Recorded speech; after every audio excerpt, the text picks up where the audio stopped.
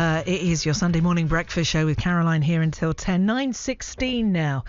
Now, I want to know, are you stuck in a stale, boring relationship, but you can't move on because you've got a fear of starting a new one? Well, if you are, you're not alone, because 5.5 million Brits admit to staying in unfulfilling relationships out of fear of being by themselves.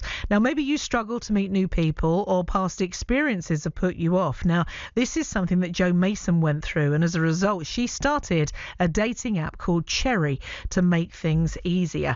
And I talked to her earlier in the week, and I started by asking her to tell me a little bit more about Cherry. Cherry Dating is a new app. It was born out of frustrations of my experiences on other dating apps. Just the whole process of dating, trying to meet someone, finding a genuine connection where your values align, and all of the other pain points that I was coming across, I tried to rectify in the app that I created. So there's lots of different USPs in there that try to make it more user-friendly and to give people more quality over quantity when they're actually trying to meet someone.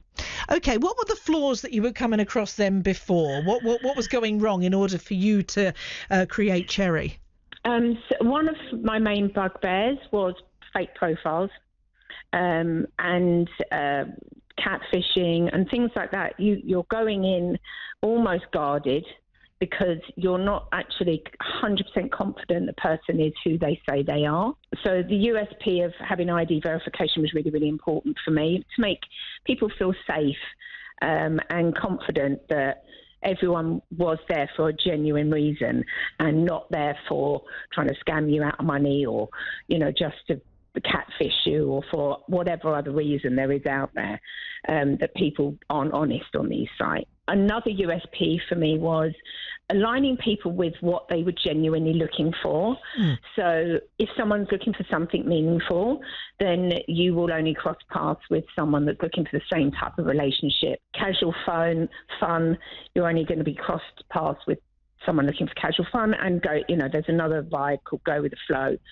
So it just means that if you're looking for something meaningful, you're not going to waste your time interacting with someone that just is looking for casual one-nighters.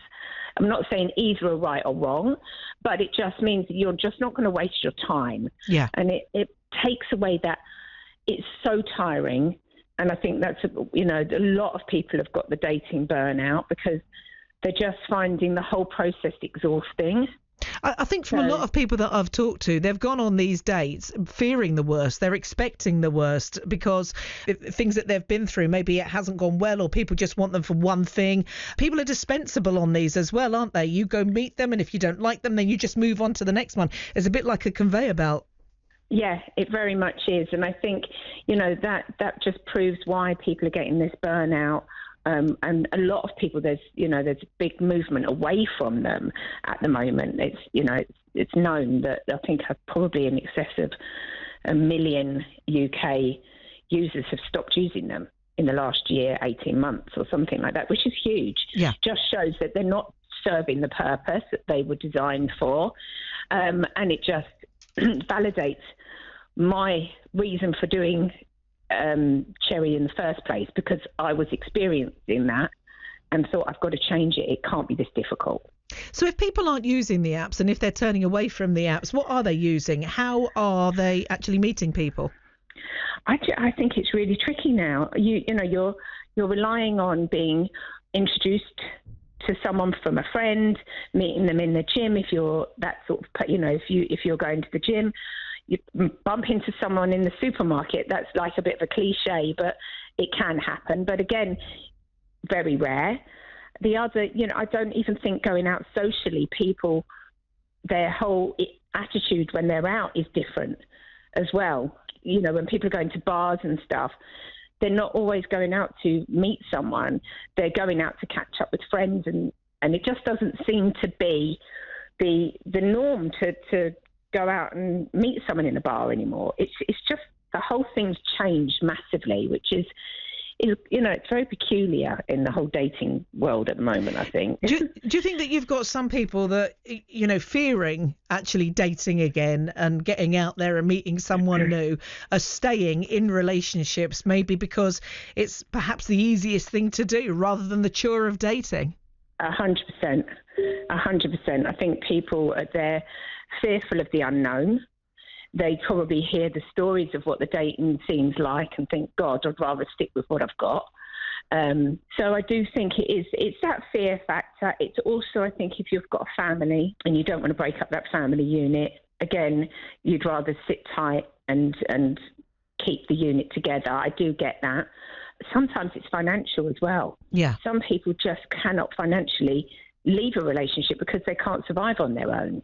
Well, we've talked a lot on this show about, the cost of living crisis. If you're struggling to keep one household afloat, you're going to really, really struggle trying to keep two if one moves out, or if you're sort of like, dividing that family home and you're running two, because things are so expensive, aren't they? Exactly that. What do you think is the mental strain on people that stay together, not out of love, but because they see no other way? Do you know what? This is a good one. I mean, because mentally, you depending on how that relationship's panned out, if you've got someone that's not as pleasant as they should be to their partner, and that over time that damages their mental health, their self-worth, all of these other things, you can then be in a situation, and it happened to me. I was in a situation where I thought, I don't want to leave because no one will want me. And that in itself is damaging, because it's only until that relationship ends and you realise, you suddenly wake up and see the light, that actually it wasn't me, it was them. And the mental, if you think you're not worthy of meeting someone else, you're just going to stay there and carry on taking the hits, not necessarily physically, it can be physical, but you're going to keep getting the constant put downs, the negativity that comes with that relationship, and it's just going to carry on damaging you. So your self-worth can be in such a bad place that you just don't think you can meet anyone else. Yeah, and I guess social media doesn't help, does it, Joe? Because if you look on everybody else's social media, they're over there living the life of Riley. They're happy, it's flowers, it's wine o'clock all the time. I mean, it probably isn't true. They're just posting what they want other people to believe and see. But still, you're seeing all this thinking, well, why am I not experiencing this? Why is this not a bit of me? Yeah, and the social media does put huge pressure on it, huge pressure on relationships, because like exactly as you say, oh my God, they've got an amazing relationship, why can't I have that? Reality is that nothing is ever that perfect all of the time. You should know that, but not everyone does realise that, because they're only looking at what they're seeing. Yeah. They don't see what goes on behind closed doors.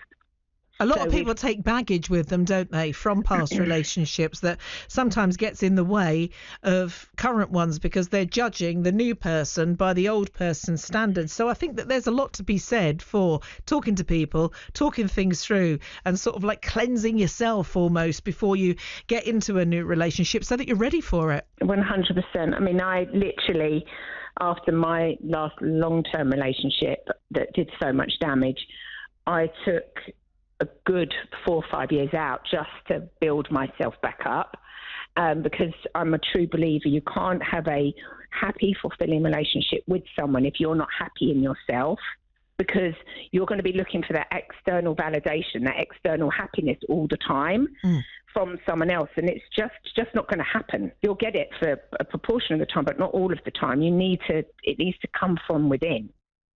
And you can find the app on Google Play Store and Apple, or via Joe's website, cherrydating.co.uk. Thank you, Joe Mason, for a chat with me there.